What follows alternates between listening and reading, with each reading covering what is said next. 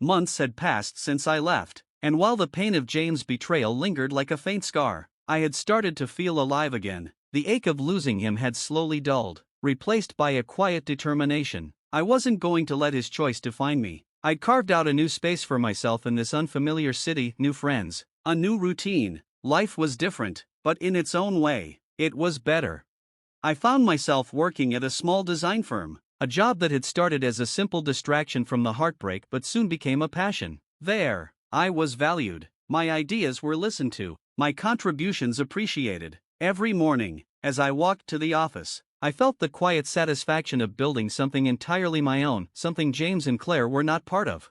One afternoon, as I wrapped up a meeting, my phone buzzed, a text from James. The sight of his name on the screen was jarring, like an echo from a life I had left behind. Claire passed away this morning. I stared at the message, emotions swirling. My first instinct was pity for him, for Claire, for everything they'd lost together. I knew he had loved her deeply, and now she was gone. A part of me, buried beneath layers of hurt and resentment, felt sorry for him, but another part of me, the part that had rebuilt itself brick by brick since I left, felt nothing. His choice had been made long ago, and this was no longer my burden to bear. I didn't respond. In the days that followed, I kept expecting him to reach out again, maybe a phone call, maybe another text, something, but the silence was deafening, and for once, I welcomed it. I had already mourned the end of us. His grief wasn't mine to carry anymore.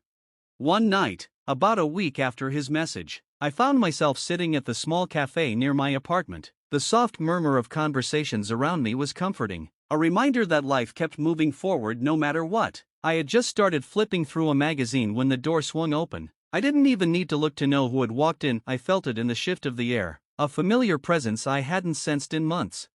James. He spotted me almost instantly. Our eyes locked across the room, and for a moment, time seemed to slow. He looked different, tired. There was a weight on his shoulders that hadn't been there before, a shadow in his eyes that told me Claire's death had hit him harder than I had anticipated. He hesitated, then walked over to my table. "Mind if I sit?" he asked, his voice softer than I remembered. I didn't say no, but I didn't exactly say yes either. He took my silence as permission and slid into the seat across from me. For a long moment, neither of us spoke. The cafe bustled around us, but we sat in a bubble of unresolved tension. Finally, he broke the silence. "I wanted to apologize," he said, staring down at his hands, "for everything." I sipped my coffee, keeping my emotions in check. "For choosing her?" He flinched. "Yes, I didn't." He paused, searching for words. "I didn't expect you to understand at the time, and I don't know if you will now, but I felt like I had to be there for her." "I know," I said quietly, though it wasn't the understanding he might have hoped for, "but it doesn't change what it did to us." He looked up, pain etched across his face. I didn't realize how much I was losing by choosing her. By the time I did, it was too late. I let his words hang in the air. They didn't sting as much as they once would have. Time had dulled the edges of my hurt, leaving only a sense of calm resolve.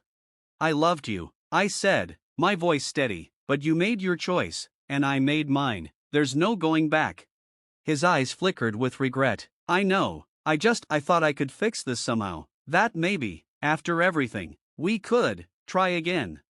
I shook my head, a small, sad smile playing on my lips. "James, I've already moved on. I've started a new life, a life that doesn't revolve around waiting for someone to decide whether I'm enough. I am enough, and I deserve more than being a second option."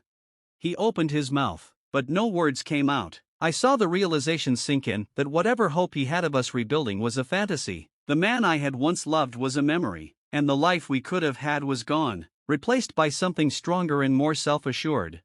I stood up, grabbing my bag. "Take care of yourself, James." As I walked away, I didn't feel anger or resentment, just a sense of peace. My past, once filled with heartbreak and uncertainty, had finally released me. And as I stepped out of that cafe, I realized I wasn't just walking away from him. I was walking toward my future, without him. The day my life changed was bright and clear, a cruel contrast to the storm that was about to rip through my heart. I sat at the kitchen table, mindlessly sipping coffee as my husband, James, stood before me, fidgeting with his wedding ring. His eyes were full of something I couldn't place: guilt, Perhaps fear, a combination of things I didn't know how to interpret. I need to tell you something, he said, voice thick with emotion. I put my cup down, feeling the first flicker of dread ignite in my stomach. What is it?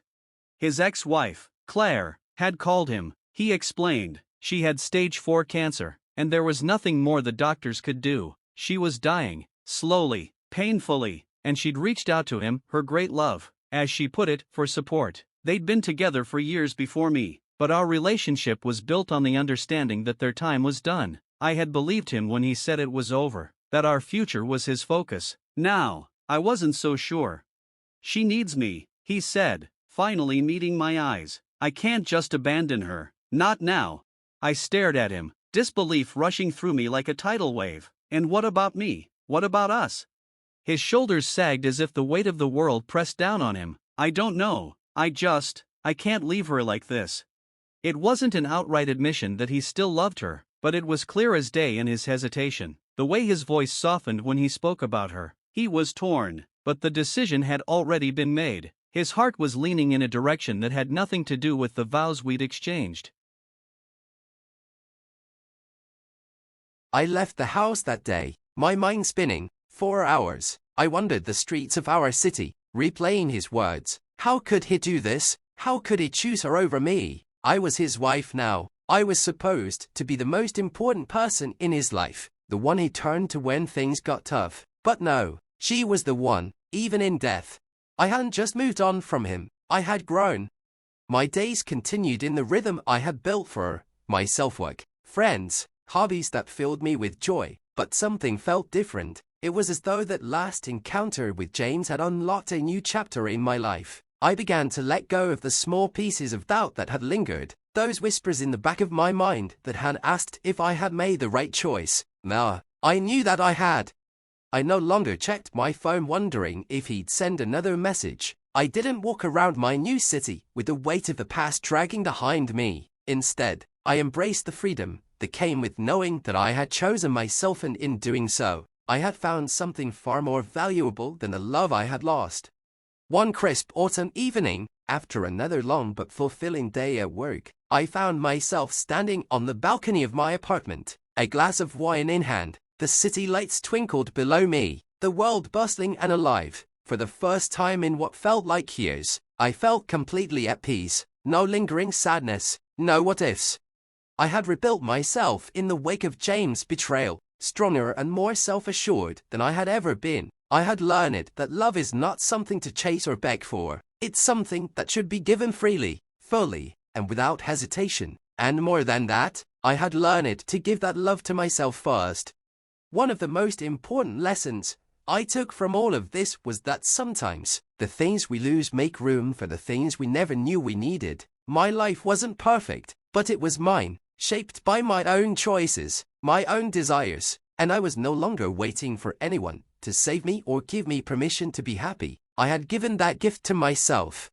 As I stood there, the breeze cool against my skin, I thought about where I had been and where I was now. I thought about the woman who had walked out of that house months ago, devastated and unsure of what the future held. And I thought about the woman I had become, a resilient, independent, whole.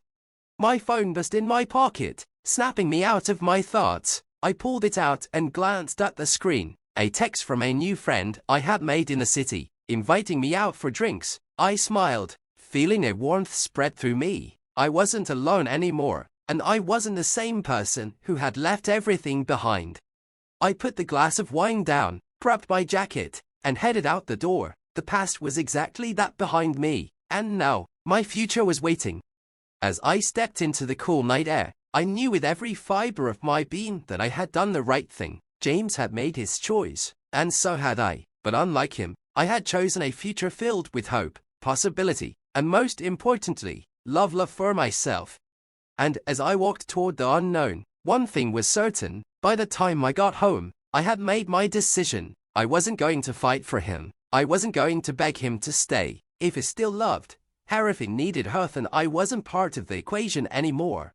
When I walked into the house, he was waiting. His face was pale, his eyes filled with regret, but I knew there would be no changing his mind. He had chosen, even if he hadn't said it outright. I'm leaving, I told him, my voice flat. You've made your decision, and now I'm making mine.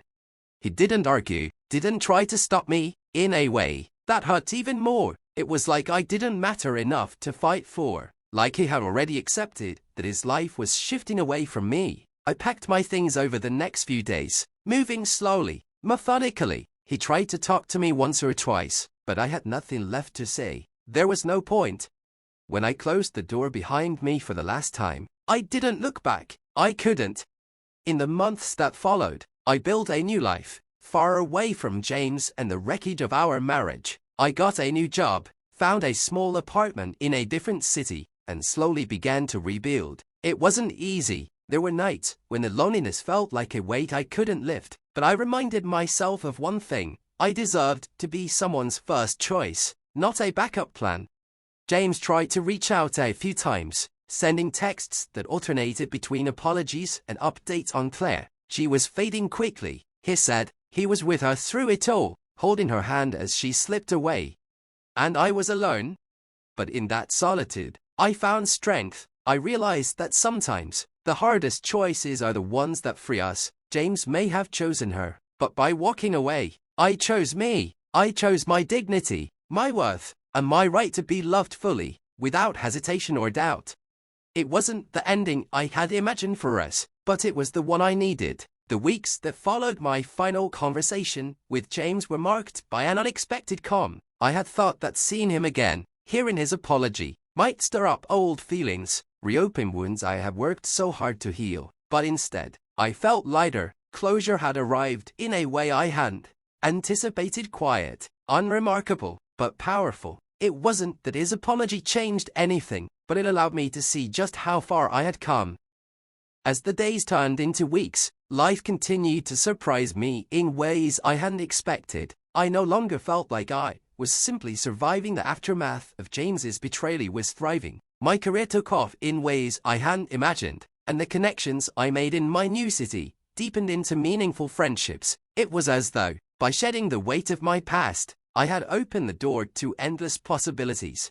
We went on a few dates after that hike. Nothing extravagant, casual dinners, exploring new spots in the city, and even a few movie nights where we ended up talking more than watching anything on the screen. The conversations flowed effortlessly between us, laughter coming easily as we shared stories of our lives. And slowly, without me even realizing it at first, I found myself letting go of the final threads of the past that had once held me back.